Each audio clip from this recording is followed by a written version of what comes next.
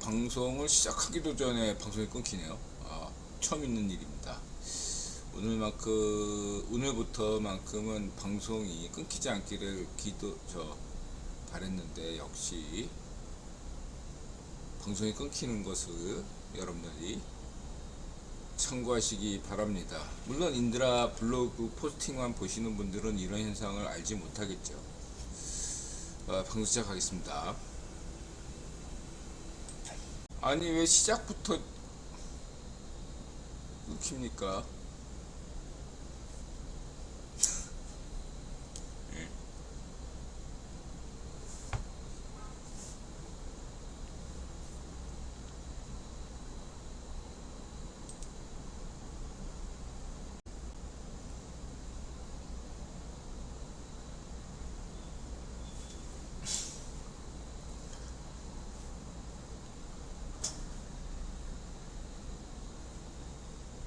F님 어서오세요. 예. 계속 끊겨가지고 눈빛으로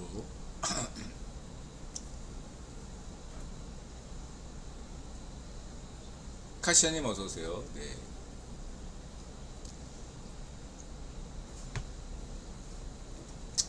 아니, 오늘은 내용을 방송을 시작하기도 전에 이렇게 여러 번 끊깁니까? 네?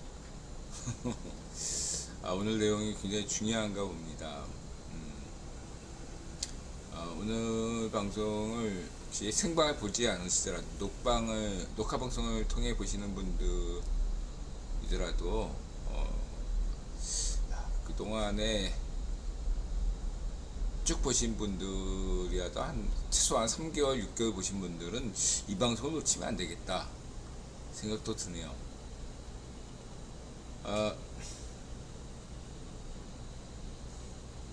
방송 시작하겠습니다. 일상에서는 특별한 일이 없었습니다. 네, 인드라 머리 이발해야 되는 거, 그리고 이제 인드라 충치치료 이렇게 빠졌잖아요. 이거 지속되고 안 좋은 일들은 인드라에게도 여러 가지 계속됐습니다만 늘 희망을 가지고 살아가고 있습니다. 인드라가. 자, 여러분, 방송 시작하겠습니다.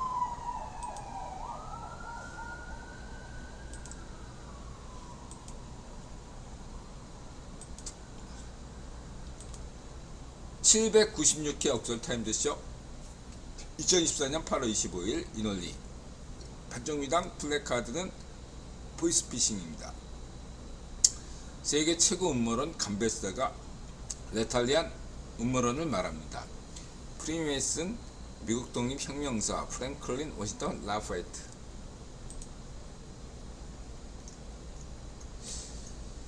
천년대의 상상과 진원, 세계 최초 인드라 영성 불임자론. 신은 다산자 대 불임자에서 왜 불임자를 선택합니까? 자유우파 카톨릭 낙태권 반대 대 자유좌파 신교 낙태권 찬성에 대한 국제좌파 한국우파 인드라 창세기 문화론.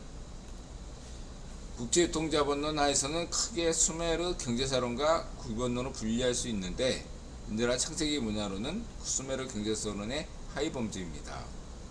헌데 내용이 길고 아래 댓글이 참석해서 따로 포스팅합니다. 인드라 소통의 무게를 두고 있습니다. 도시화 이자율론. 이자 주장들보다 좀 더 정리했다고 봅니다. 상기한 주장은 인드라 창세기 문화론 맥락과 닿아 있습니다. 우선 헤르메트커님 어서오세요. 인드라가 이 점에서 인드라가 여러분에게 말씀드리는 것은, 인드라하고 여러분의 생각이 늘 같을 수가 없잖아요. 그죠? 항상 인드라가 어떤 주장을 하면 거기에 대해서 100%다 찬성하는 입장은 거의 없을 거라고 생각합니다. 그쵸? 네. 그렇기 때문에 인드라는 여러분의 생각을 존중하고, 여러분은 인드라 주장을 존중할 필요가 있는 겁니다. 그러니까 여러분 중에 한 사람이 인드라를 독점할 필요가 없고요. 제가 여러분들의 생각을 독점할 이유가 전혀 없는 겁니다. 그게 더 위험한 겁니다. 그게 맹신이에요. 네. 여러분이 인드라 생각을 99% 이상 믿는다고 한다면 그거는 또 다른 어떤 세뇌일 수 있고 맹신일 수 있어요. 반대로 인드라가 여러분들의 주장을 전적으로 100% 믿는다는 것 역시도 세뇌이자 맹신일 수 있습니다. 그냥 적당하게 믿고 적당하게 안 믿는 게 중요한 겁니다. 기준이 중요한 거죠. 예, 인드라가 여태까지 그걸 강조했고요. 이식론적 관점에서, 그리고 존재론적 관점에서 여러분들에게 정말로 권하는 건 뭐냐면,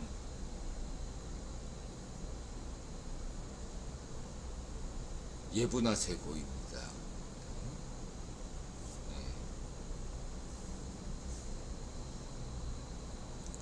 인드라가 뭐 세상을 위한다, 젊은 시절에 세상을 위한다 뭐 이러면서 부모도 팽개치고 형제도 팽개치고 그런 때가 있었는데, 후회하죠. 후회하는 삶입니다. 대부분 후회해요. 뭐 나타샤하고도 막말로 나타샤하고 이혼 직전까지 간 적도 있어요. 청년 시절에. 후회합니다. 그러니까 뭐냐면, 여러분들에게 드리고 싶은 말씀은 세상 탓하지 말고 남 탓하지 말고,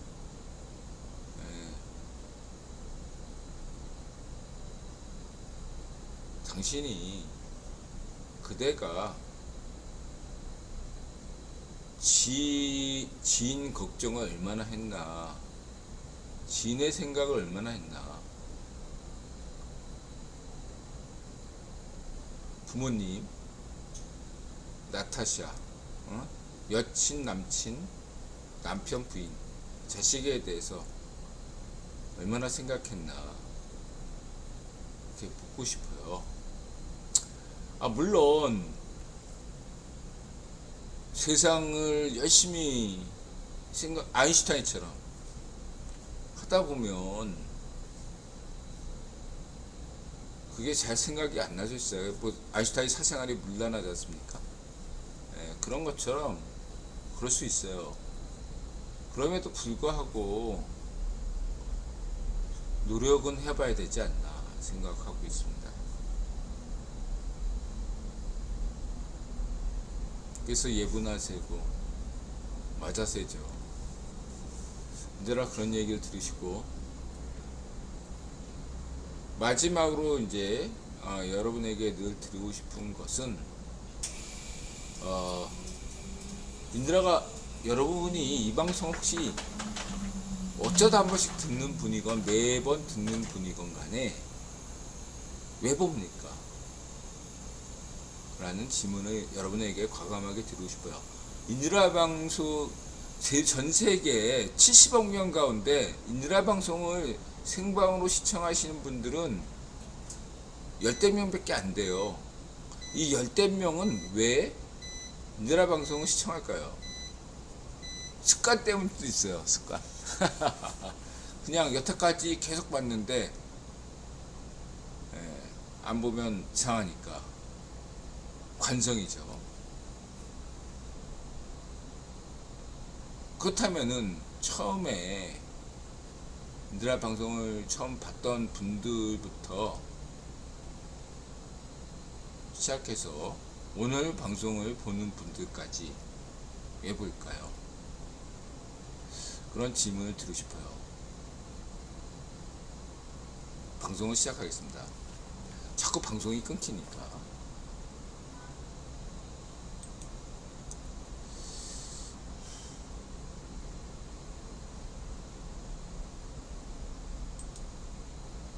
그래서 인드라는 영성과 생존이라는 면에 대해서 보다 다각도로 관련 데이터들이 있어야 한다고 보고 있어요. 이는 영성이라는 면이 맨 처음에 나와서는 안 될 거라고 저는 봅니다.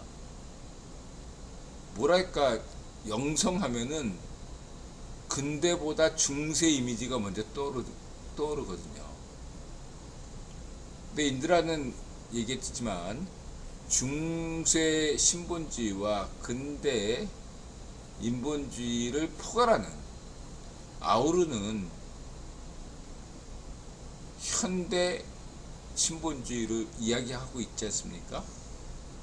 그런 면에서 먼저 영성으로 딱 규제를 해버리면 굉장히 부담으로 다가온다 이거죠. 그보다는 인본주의적일지라도 인본적으로 하나씩 밑에서부터 차근차근 올라가고, 그리고 차츰 위에서부터 하나씩 이야기하는, 밑에서부터 이야기하는데 한계가 있거든요. 그게 경험론의 문제예요. 그것을 경험론이 부닥칠 때마다 합리론으로, 추론으로, 혹은 서양 철학에서 플라톤주의로, 혹은 인드라의 수메르 경제선으로, 사론으로, 위에서부터 상상가치론으로 이렇게 그때마다 얘기해야지, 처음부터 영성을 얘기하는 것은 쟤 뭐야, JMS야, 옴진리교야, 아니면 일본 우이파쇼, 홍룡의 똘마니 자이파쇼 주체사상이야 하고 오해할 수 있다는 얘기죠. 그 점을 지적하고 싶습니다. 그래서 인드라는 항상 어떻게 얘기하죠? 여태까지 국제유통자본론을 주장하면서 기존의 이론들과 기존의 음모론들을 모두 소개하고, 가급적 주요한 이론 가설과 주요한 음모론 가설들을 소개한 다음에 여기서 취사 선택하는 길을 택했죠. 똑같습니다. 방법론은 늘 같아요. 그래서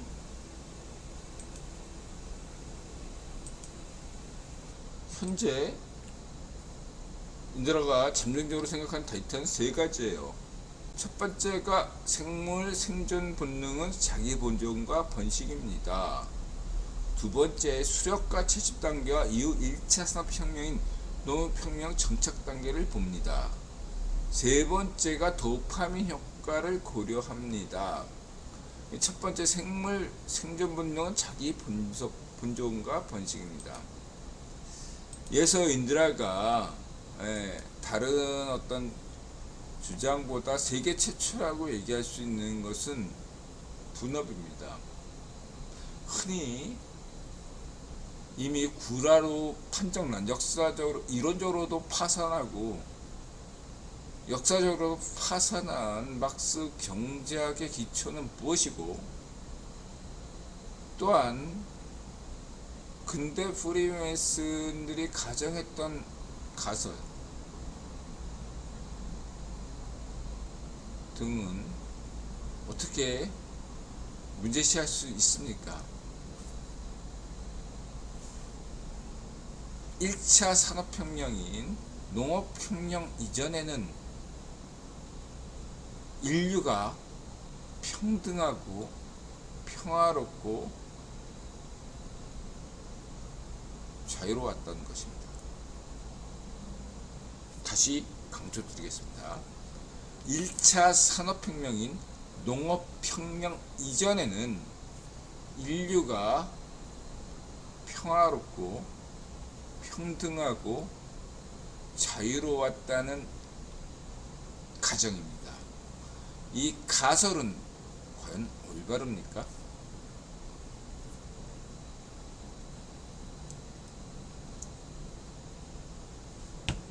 하고, 이에 대한 그간의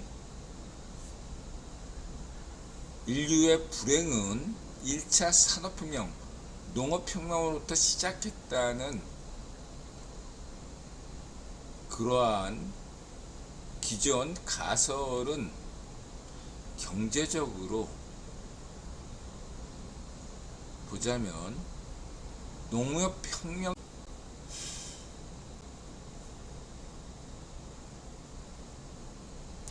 아니 이제 이야기하면서 방송이 끊기나 않기나도 너 신경 써야 되겠어요. 맞았어요. 마음에 열고 잣살 낙지고 세상에 감사한다.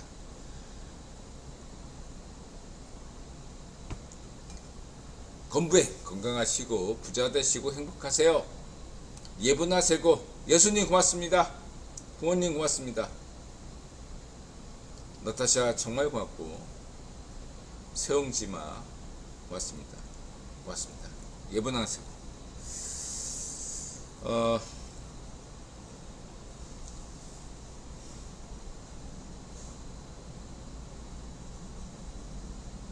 인드라가 세계 최초의 이론을 제시하다 보니까 문제가 되는 것 같아요. 지금까지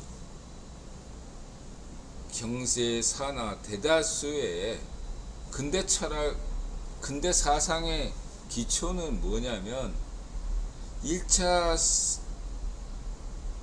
산업혁명인 농업혁명 후부터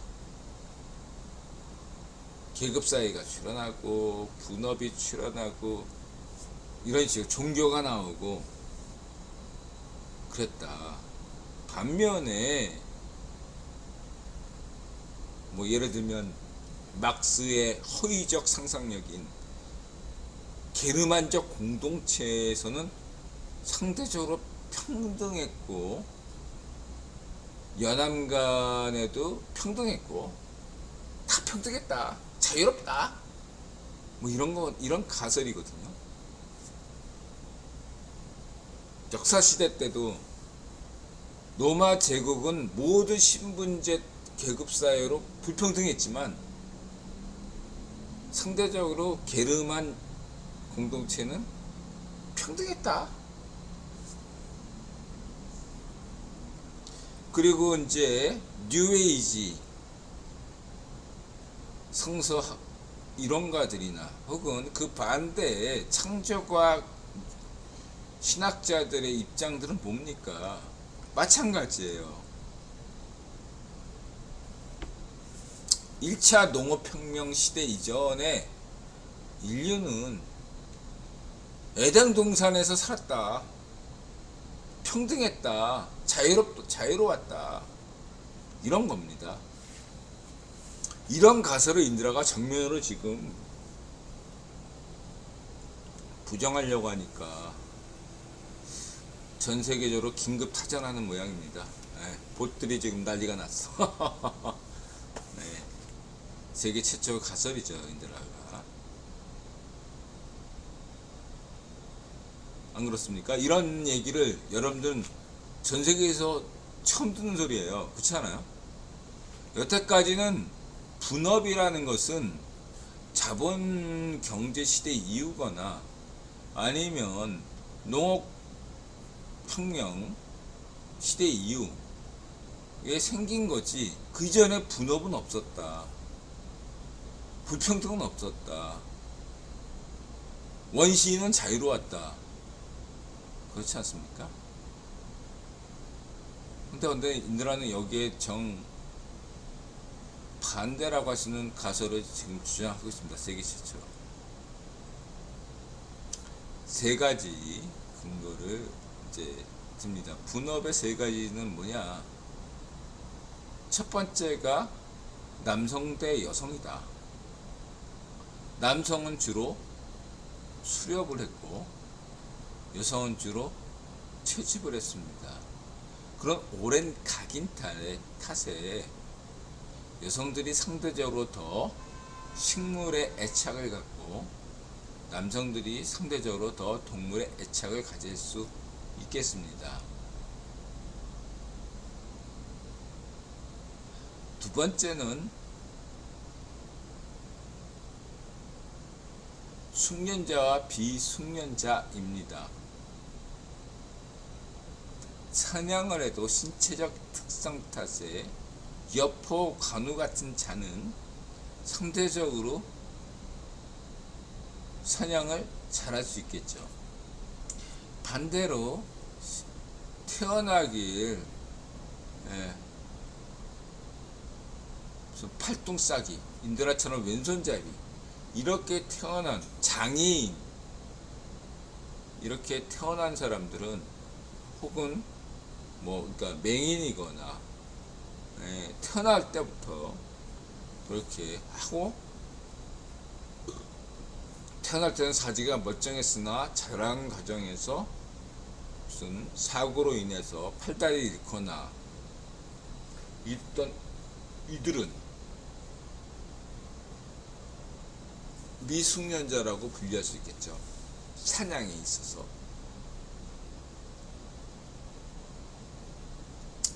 채집도 마찬가지죠. 두뇌라는 것은 반드시 머리로만 하는 것이 아니라 손발 기술을 필요로 합니다. 그래서 채집할 때도 눈치가 빠르고 손재주, 발재주가 있는 사람들이 훨씬 더 많은 과일과 같은 자연에 있는 식물들에서 열매들을 따올 수 있었겠죠. 반면에 눈치코치 없고 능력이 딸리는 여성들은 상대적으로 많은 양을 따낼 수 없었을 것입니다. 그래서 인류 집단의 공동체가, 동굴에서 생활하는 인류가, 원시인이 한 50명에서 100명이 된다고 했을 때, 이 50명과 100명 사이에 이 인류 공동체 안에서는 여성과 남성, 숙련자와 비숙련자, 그리고 다산과 불임자가 공통으로 살고 있었을 것입니다. 왜냐하면 비숙련자라고 해서, 여성이라고 해서, 또한 불임자라고 해서 다 없애버린다면 경제 규모, 그러니까 공동체가 해야 할 어떤 기본 쪽수가 있거든요. 그 쪽수를 채우지 못하기 때문에 노예이든 무엇이든 간에 그 무능한 자들을 쪽수를 채워 넣어야 된다는 이치인 것입니다. 그렇다고 원시대에 노예가 있었다 이렇게 얘기하는 건 아니에요. 노예와 유사한 층들이 반드시 있었다라는 거죠. 그 점을 말씀드리고자 합니다.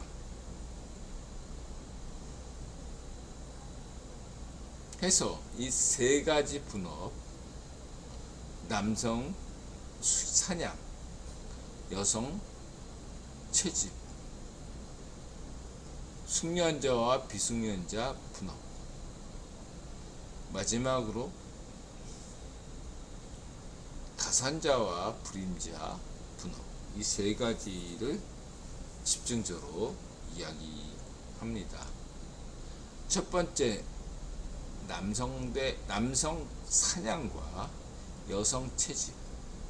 이때 1차 산업혁명인 농업혁명의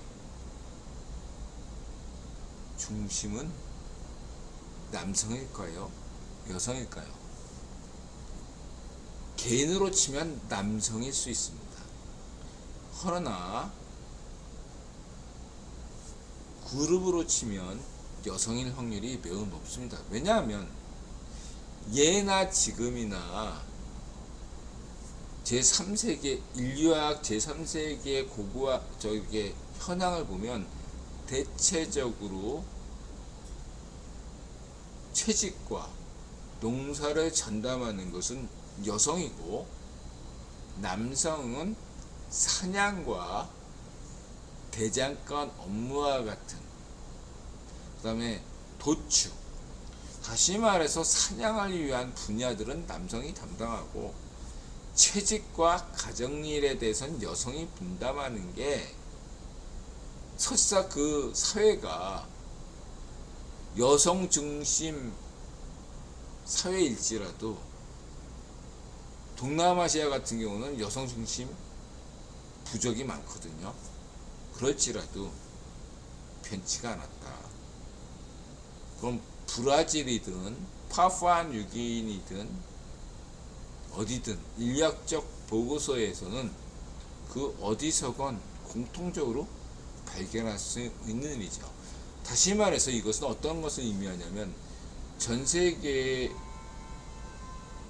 인도라가 세계 최초로 여성과 남성과 여성의 인류시대의 분업을 이야기하는 것입니다. 그런데 이것이 왜 지난 50여 년, 70년간의 이러한 원시시대 여성과 남성과 여성 간의 이러한 분업에 대해서 언급을 회피했냐? 그것은 마치 수메르 이집트 이야기하고 같습니다. 다시 말해서 히틀러 나치즘이 여러 다양한 분야에서 우열론, 인종주의론, 자위 파시즘의 원조로서 작동했기 때문에 이 자위 파시즘하고 조금이라도 관련이 있다 여겨지면 그 학문들이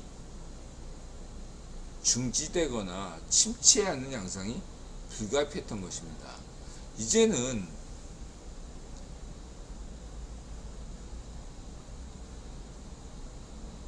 달라진 세대라고 이야기할 수 있겠습니다. 이런 얘기를 해도 조금 자유로운 세상이 됐기 때문이죠.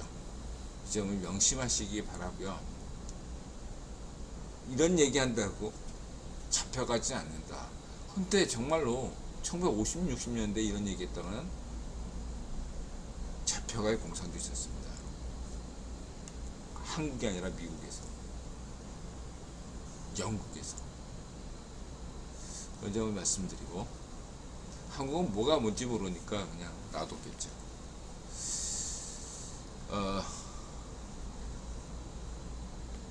그 다음에 다시 말해서 인드라가 강조하는 것은 1차 산업혁명, 농업혁명의 주역은 남성인가 여성인가? 여성이다. 이런 얘기를 드리고 싶고요. 두 번째로는 숙련자와 미숙련자는 이렇습니다. 삼국지에서 가장 힘센 자는 여포나 관우죠. 또한 지난 초안지에서 볼 때 힘센 자는 항우입니다. 유방이 아니고. 헌데 중국 역사에서 왜 힘센 항우 대신에 상대의 유방이 승리했는가? 또한 성주시대에서도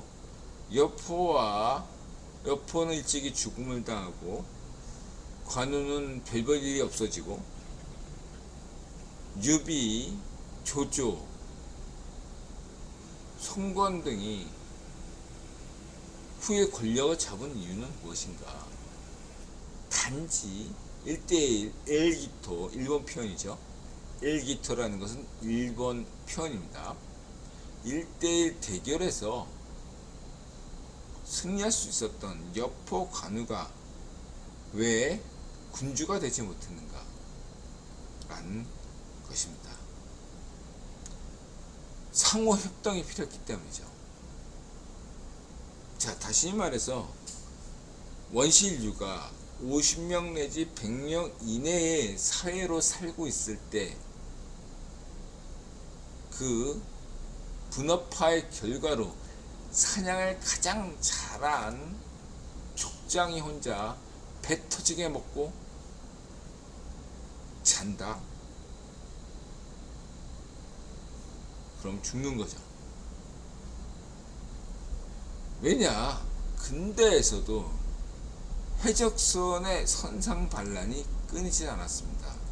여러분들이 영화를 통해서 노망으로 여길 수 있는, 혹은 그 일본 만화를 통해서 해적 이야기에 다룬 그 유명한 일본 만화 영화가 있잖아.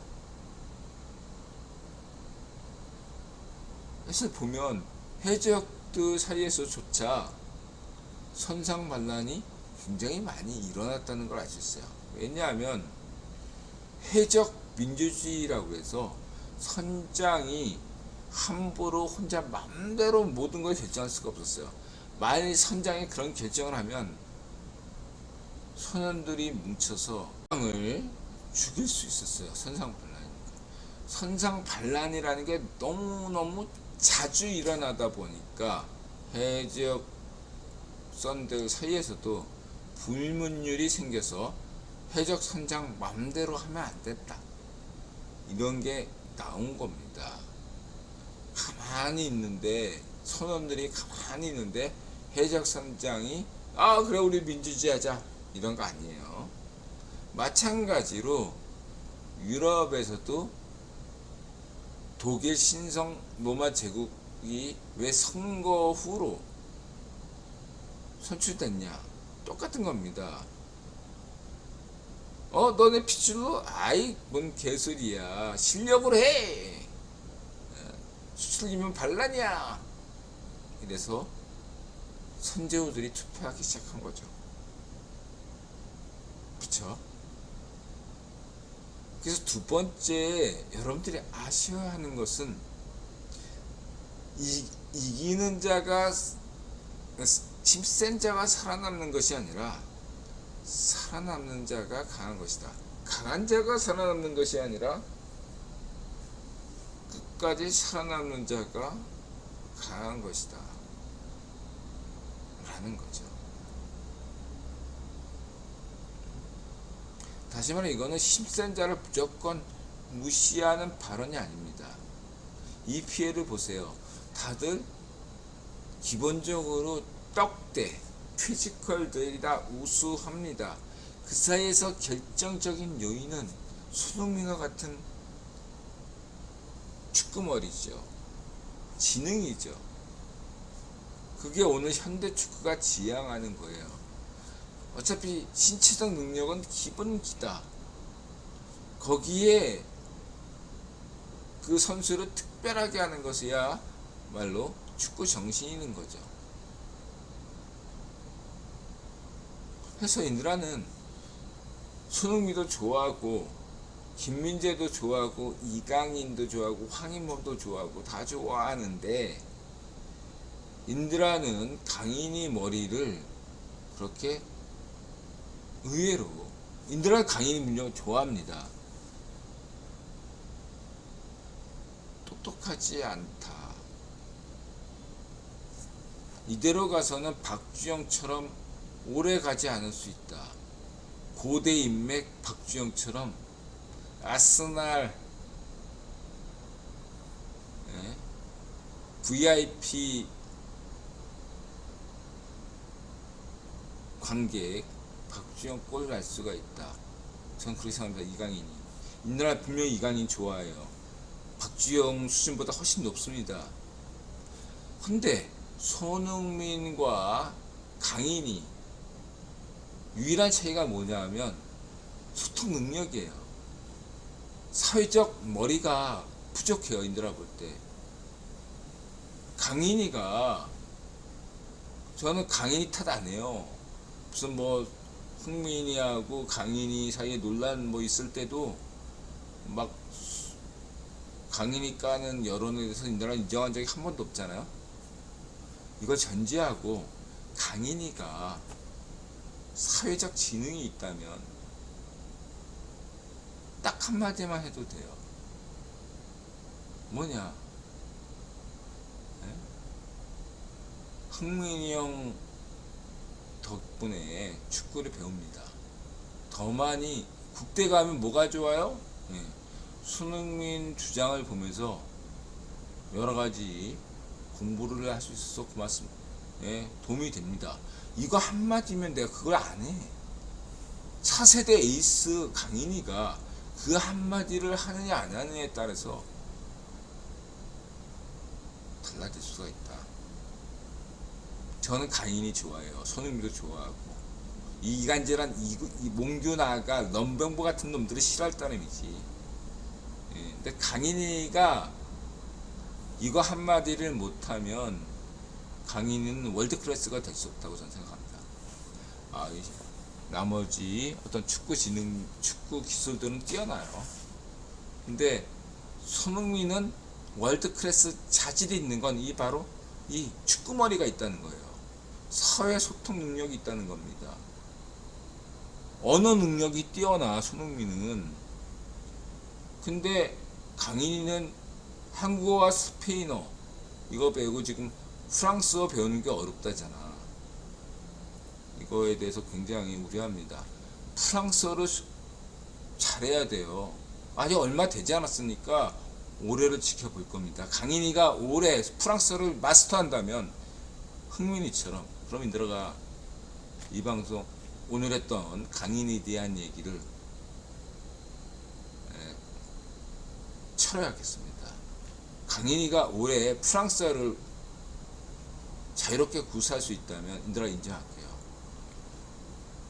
전제하고 인드라가 여러분에게 얘기하고 싶은 것은 숙련자와 비숙련자 차이는 굉장히 중요하다. 원시대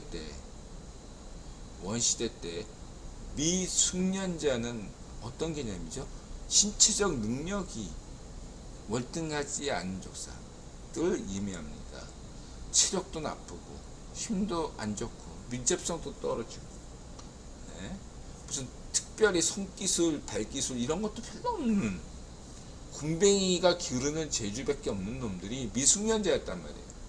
그들이 때로는 원래는 숙련자였는데 노인이 돼서 미숙련자가 되거나 아니면 나중에 한 10년, 20년 뒤면 숙련자가 되지만 어린아이일 때는 미숙련자일 수밖에 없겠죠.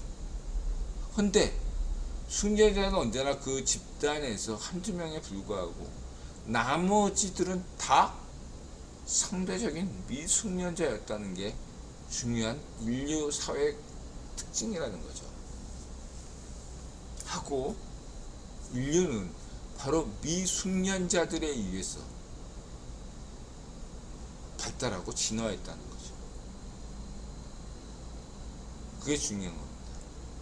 다른 동식물들은 자신의 우성에 따라서 발달했다면 역설적으로 물론 다른 인드라가 모르는 생물들도 있었겠지만 현재까지 인드라가 알고 있는 생물들 중에서는 유일하게 인간만이 미숙련자를 중심으로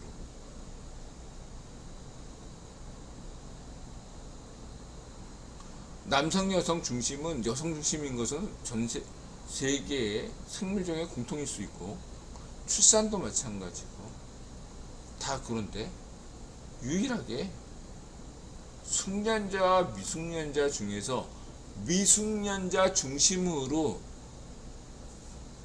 진화한 것은 생물들 중에 인간밖에 없어요. 대다수 생물들은 숙련자 중심으로 진화를 거듭했습니다. 그래서 호랑이 새끼든 고양이든 개든 할 거 없이 태어나자마자 몇 개월이면 성인이 알 모든 지식들을 다 알아버려요. 누가 가르치지 않아도 어지간한 건 다 알아요. 유일하게 인간만이 안 가르치면, 부모가 안 가르치면 몰라요.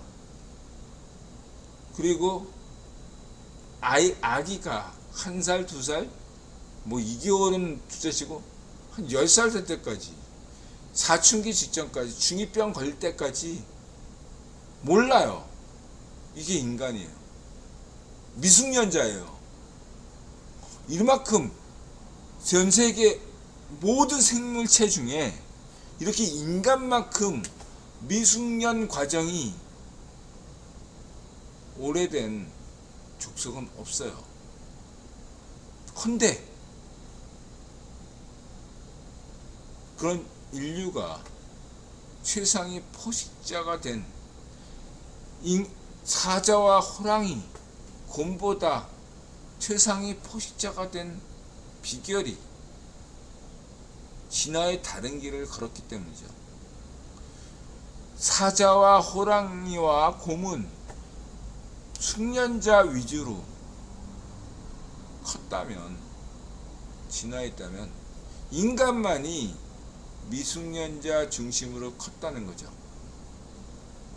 인드라가 나중에 얘기했지만 메이슨과 프리메이슨 결정적인 차이가 뭐죠? 메이슨은 숙련자 길드, 정규직이에요. 프리메이슨은 비정규직입니다. 계약직이에요. 미숙련자입니다. 프리메이슨의 태동 배경은 오늘날 민주노총, 잘파쇼 민주노총처럼 정규직, 말로는 비정규직 운운하고, 비정규직 운운하고, 계약직 운운하고, 노동해방, 무슨 피압박자 운운하는 좌파쇼 민주노총이 가장 특권적 지위를 누리고 있다는 사실을 여러분들이 아셔야 합니다.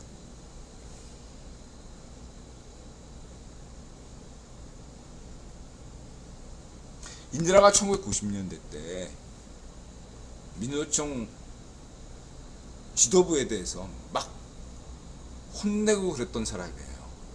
인디라 관계자가 민주노총 간부직도 했어요.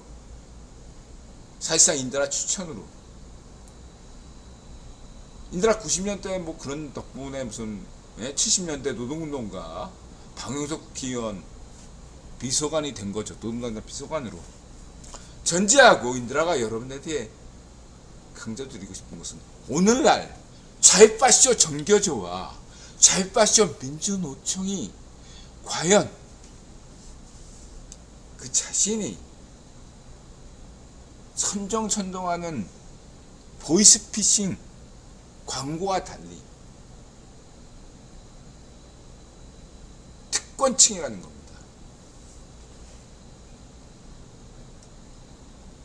이걸 강조하고 싶어요. 기득권층이라는 겁니다.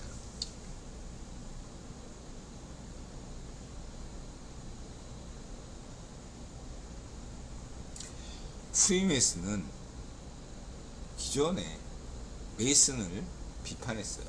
왜냐하면 이 기존의 메이슨은 석공 길드예요. 장인과 길드제로 견습생, 도제, 그 특정한 자신의 지식과 기술을 공유하면 큰일 나잖아요. 자기 생계 수단이 끊기니까. 마치 귀족의 특권처럼 이거를 비밀리에 전승했던 거죠. 그게 석공 길드인 겁니다. 특권층이에요, 나름대로. 이걸 때려 부순 게 프리메이슨이다. 기득권 타파, 좌우의 파쇼 타파가 프리메이슨 정신이었다. 이런 얘기를 드리고 싶은 겁니다.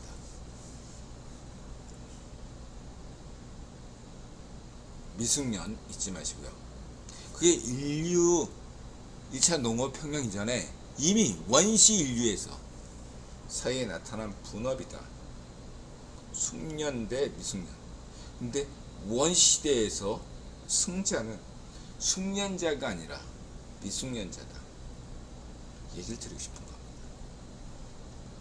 세 번째로 다산자와 불임자예요. 다산 원시대에는 공동체 50인에서 100인 사이의 동물 생활에서는 애가 태어나면 애 아버지가 누군지를 확인할 수가 없어요. 그쵸? 물론 대부분은 그 동물 사회를 지배하는 자식일 확률이 높긴 하지만 100%는 아니잖아요. 허나 100%가 있어요. 그거는 누가 배 아파서 낳는가, 그건 100%잖아요. 아이가 태어났는데 그 아이가 자라서 확연하게 알 수 있는 것은 자기가 누구의 아들인지는 몰라도, 그 어떤 남자의 자식인지는 몰라도 누군가의 자신의 어머니는 누군지는 알았다는 얘기죠. 이게 중요한 거예요. 그리고 역사 시대에서도 왕자들의 난, 귀족의 난, 재산 분권 다툼에서 중요한 게 뭐죠? 어머니가 누구냐는 겁니다. 신데렐라 계모 논쟁. 아버지는 공통이잖아.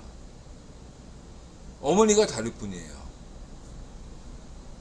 그쵸? 이거 오늘날에도 통용이 되는 거죠. 같은 당파 내에서 서로 경쟁하죠. 그때 엄마는 뭡니까? 당내에서 엄마라고 얘기할 수 있는 것이 뭐죠? 직계 논쟁이야. 직계 논쟁. 가치의 논쟁이 아니라 너 누구 덕에 지금 정계에 입문했냐, 그게 직계 논쟁이거든요. 그게 엄마 논쟁이에요. 너 누구 덕에 정치에 입문했냐, 네가 어떤 자유우파, 자유좌파 이러한 정신은 아버지 정신이에요. 그런 건 아무런 의미가 없어. 당내 투쟁에서 너 누구 덕에 정치 입문했냐, 엄마 덕이라니. 엄마 직계. 안 그래요?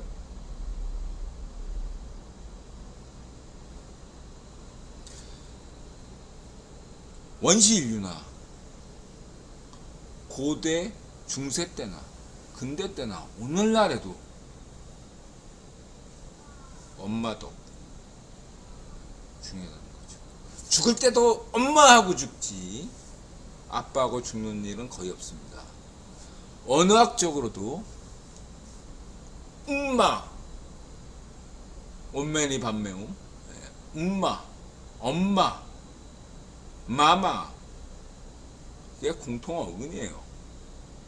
거기에 파생어가 파파, 아빠입니다. 언어학적으로도요. 그쵸?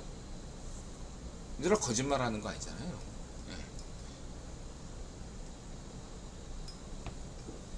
얘들아 이 얘기를 왜 하냐?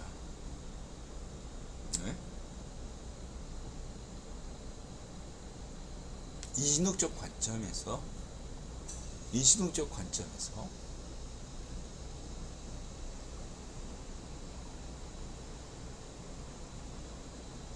이 분업이 1차 산업혁명인 농업혁명 이전에부터 있었고, 그것이 1차 농업혁명에도 이어졌고, 2차 산업혁명인 산업혁명 때도 이어졌고, 오늘날 양자혁명 시대를 준비하는 지금에서조차도 이어지고 있다는 것입니다. 그 점을 인드라분들이 지적하고 있습니다. 그리고 세 번째가 더 중요한 이슈죠. 실천론적 관점에서 뭐죠? 왜 대한민국은 인구 소멸로 가고 있습니까? 대한민국이 가장 심할 따름이지 선진국 유럽과 미국과 일본은 물론이고 중국마저도 방글라데시나 인도나 아프리카를 제외한 거의 모든 전세계 지역에서 왜 인구가 점차 감소하고 여성들은 왜 애를 안 낳죠? 당장의 어떤 설명들은 자본 경제 탓이다. 응? 여성들을 공장으로 내몰고 여성들을 쓸데없이 여성주의 가르치기 때문이다. 여성들이 애 낳을 생각 안 하고 자아 실현하려고만 생각하기 때문이다. 이렇게만 진단하는 게 현실이죠.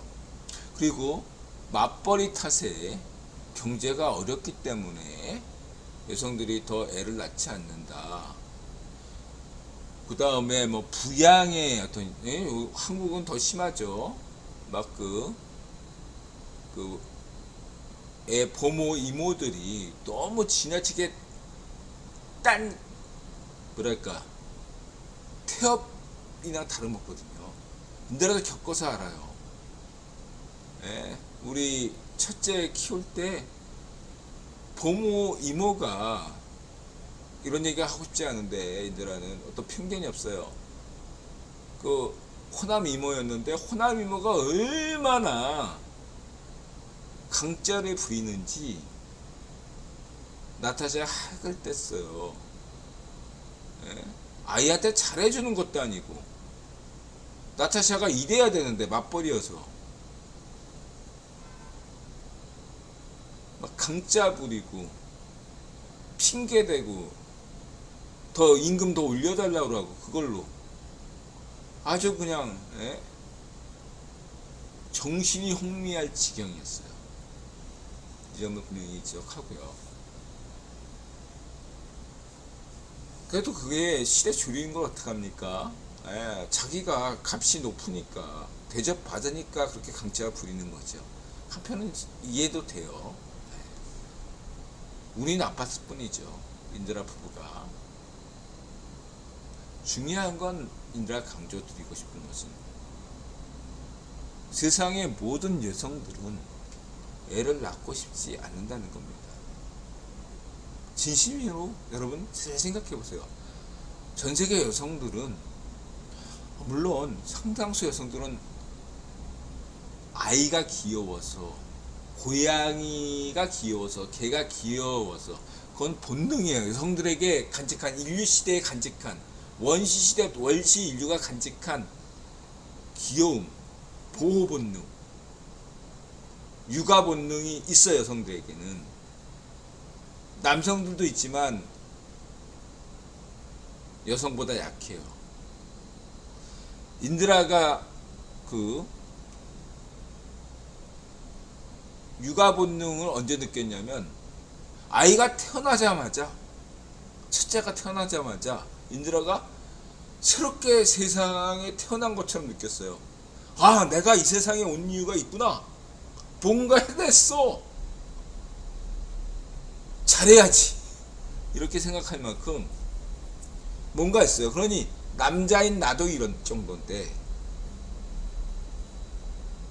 나타샤인 여성 입장은 배 아파서 자기가 키운 낳은 애를 보고서 무슨 생각을 했겠습니까? 더 큰 감정이 있겠죠. 중요한 건 여기서부터예요. 이런 경험을 한 다산자와 이런 애를 낳지 못하는 불임자 간의 차이. 인드라 이웃은요, 열심히 누라고 얘기를 하지 못하겠지만 정말로 열심히 애를 낳기 위해서 노력을 했어요. 근데 그때마다 실패했습니다. 애를 낳지 못했어요. 이 여성분이에요. 이 여성분이 얼마나 좌절했겠습니까? 시부모한테 면이 안 서고 남편에게도 면이 안 서고 사회적으로도 면이 안 서는 겁니다. 사회적으로 최단 밑이 뭐냐? 애를 못 낳는 여성이에요. 그래서 인공수정이라는 방식이 나오는 거죠. 현대도 이럴진데 근대는 또 어떻습니까? 중세는 또 어떻고요? 말할 나위가 없겠죠. 고대는 더 할 거고 원시대는 더 할 겁니다. 저녀는 왜 일도 못하는 데다가 애도 못 낳네? 그 공동체에서 가장 소외되고 천대맞는 족속이 애 못 낳는 여자일 겁니다. 불임자예요. 그렇지 않아요? 헌데 역사는 놀랍게도 1차 산업혁명의 주역, 농업혁명의 주역은 여성이고, 예, 숙련자와 미숙련자, 메이슨 대 프리메슨의 승자는 프리메슨이었고, 그게 자본혁명을 낳았죠. 3차 혁명의 오늘날 AI 혁명 시대는 뭡니까? 더 이상 애를 낳을 필요가 없는 시대가 접어든 거예요. 불임자의 시대로 접어든 겁니다. 그렇지 않아요? 다시 말해서 인드라가 얘기하고 싶은 건 이거예요. 미시적으로 보면, 작게 보면 이게 자유의지처럼 보이는 거죠. 한편에서는 나는 다산자, 너는 불임자. 이 불임자도 다 이기적인 마음이고 다산자도 이기적인 마음이에요. 각자의 흐름일 뿐이에요.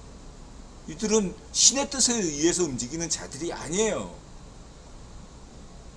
그냥 지가 살려고 할 따름입니다. 모든 생물들처럼. 그렇지 않아요? 근데 신의 뜻은 뭡니까? 여성에게로, 미숙련자에게로, 불임자에게로 향하고 있다는 놀라운 사실입니다. 그게 현대 물리학의 필연의 법칙이죠. 가까이서 보면 확률적으로 나타나는 불규칙성이지만 멀리서 보면 필연적으로 보이는 거죠. 그래서 오늘날 인드라는 자유 우파 카톨릭의 낙태권 반대에 대해서 충분히 이해하고 있는 사람이에요. 그럴 법하다. 허나 인드라는 국제 자유 좌파이면서 대한민국 우파 입장으로 본다면 현 카톨릭의 입장은 결국 철회될 것이다. 낙태권 찬성으로 갈 수밖에 없다고 저는 확신하고 있습니다. 왜? 성서에서 낙태권 찬성 반대가 있습니까? 없어요. 그거는 노막 교황청의 주관적 판단이지 성서에는 그런 얘기가 없습니다. 1분 쉬었다 오겠습니다.